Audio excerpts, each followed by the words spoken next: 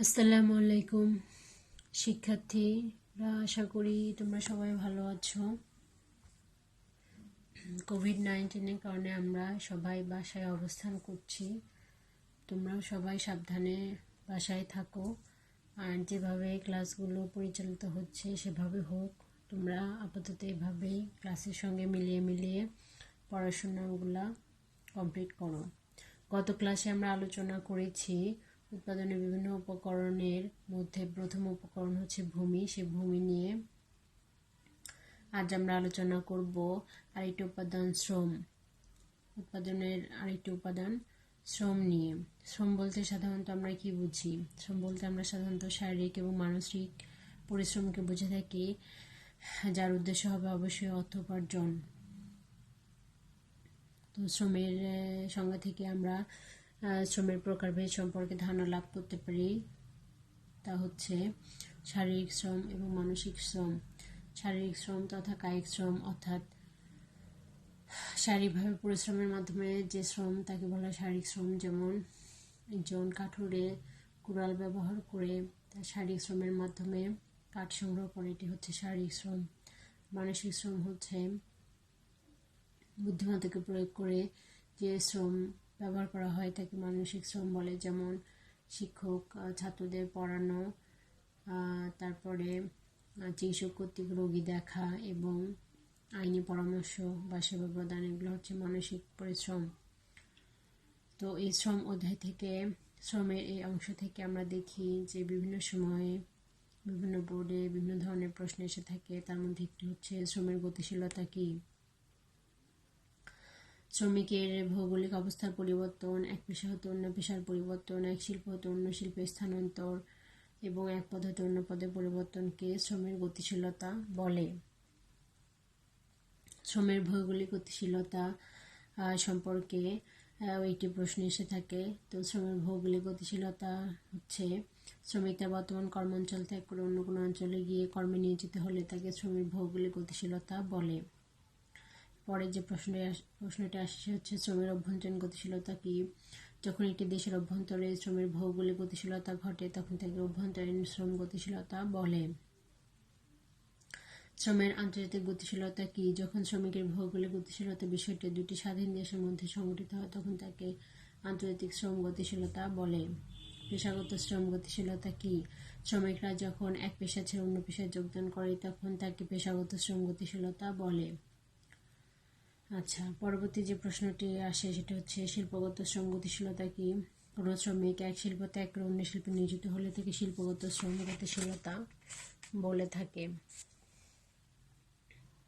আচ্ছা, তো শ্রম সম্পর্কিত অনুধাবনমূলক যে প্রশ্নগুলি আসে সেগুলোর মধ্যে উল্লেখযোগ্য প্রশ্ন নিয়ে আমরা আলোচনা করব, যাতে তোমরা পরীক্ষার খাতায় ভালো মতো উত্তর করতে পারো। প্রথম প্রশ্ন হচ্ছে শ্রম বলতে কি বোঝায় বা শ্রমের ধারণা ব্যাখ্যা করুন।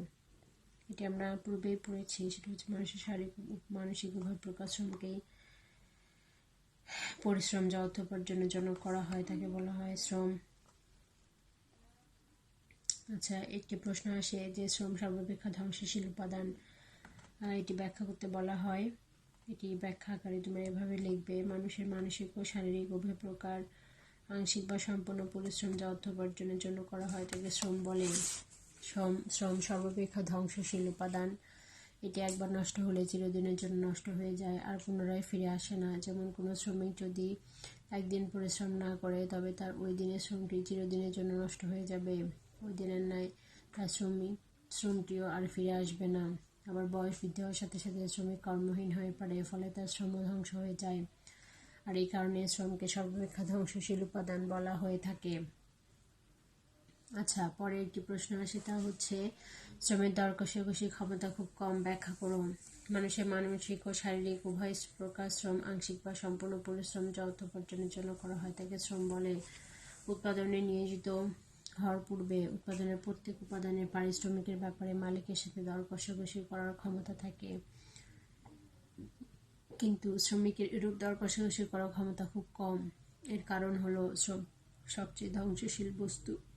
নিয়োগকর্তার যে শ্রমিকের সংখ্যাধিক্য বা শ্রমের গতিশীলতা অপেক্ষাকৃত কম, এ সকল কারণে শ্রমিক খুব বেশি দর কষাকষি ক্ষমতা থাকে না। পরবর্তী প্রশ্নটি হচ্ছে শ্রমিক এবং শ্রম অবিচ্ছিন্ন ব্যাখ্যা করো।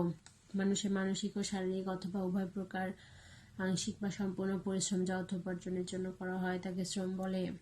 শ্রমিক ও শ্রমের সম্পর্ক অবিচ্ছিন্ন। অন্যান্য দ্রব্য বিক্রয়ের সময় বিক্রেতা তার ক্রেতার নিকট হস্তান্তর করতে পারে, কিন্তু শ্রম বিক্রয়ের সময় শ্রমিক তার শ্রমকে অন্যের নিকট হস্তান্তর করতে পারে না। এই কারণে যেখানে শ্রমের প্রয়োজন সেখানে শ্রমিককে যেতে হয়, অর্থাৎ উৎপাদনের জন্য যেখানে শ্রমের প্রয়োজন সেখানে শ্রমিকের উপস্থিতি বাধ্যতামূলক। তাই বলা যায় শ্রমিক ও শ্রম অবিচ্ছিন্ন। মজুরি বৃদ্ধির সাথে শ্রম যোগানের সম্পর্ক ঋণাত্মক।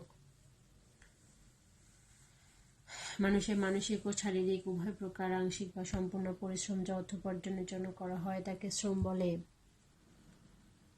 শ্রমের পারিশ্রমিক বৃদ্ধি পেলে সকল শ্রমের যোগান বৃদ্ধি পাবে এমন নয়, বরং অনেক সময় তা হ্রাস পেতে পারে। এর কারণ হলো অল্প পরিশ্রম করে অধিক পারিশ্রমিক পেলে শ্রমিকরা অল্প সময় কাজ করে তাদের কাঙ্ক্ষিত অর্থ উপার্জন করতে পারে, ফলে তারা অতিরিক্ত কাজে আগ্রহ হারিয়ে ফেলে। অন্যদিকে শ্রমের মজুরি হ্রাস পেলে কাঙ্ক্ষিত উপার্জনের জন্য শ্রমিকরা অধিক পরিমাণে কাজ করতে আগ্রহী হয়, এতে শ্রমের যোগান বৃদ্ধি পায়। তাই বলা যায় মজুরি বৃদ্ধির সাথে শ্রম যোগানের সম্পর্ক ঋণাত্মক।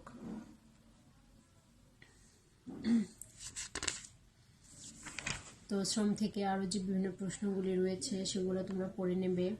যেমন শ্রমকে সংরক্ষণ করা যায় না, শ্রমের যোগান পরিবর্তনশীল, শ্রম গতিশীল, শারীরিক ও মানসিক উভয় প্রকার শ্রমের অন্তর্ভুক্ত, শ্রমিক ভোক্তাও বটে, শ্রমের যোগান বৃদ্ধি, সময় সাপেক্ষ, অর্থ উপার্জনের শ্রমের একমাত্র উদ্দেশ্য, এসব আর কি। পরবর্তী ক্লাসে তোমাদের আলোচনা করা হবে মূলধন নিয়ে। ধন্যবাদ সবাইকে।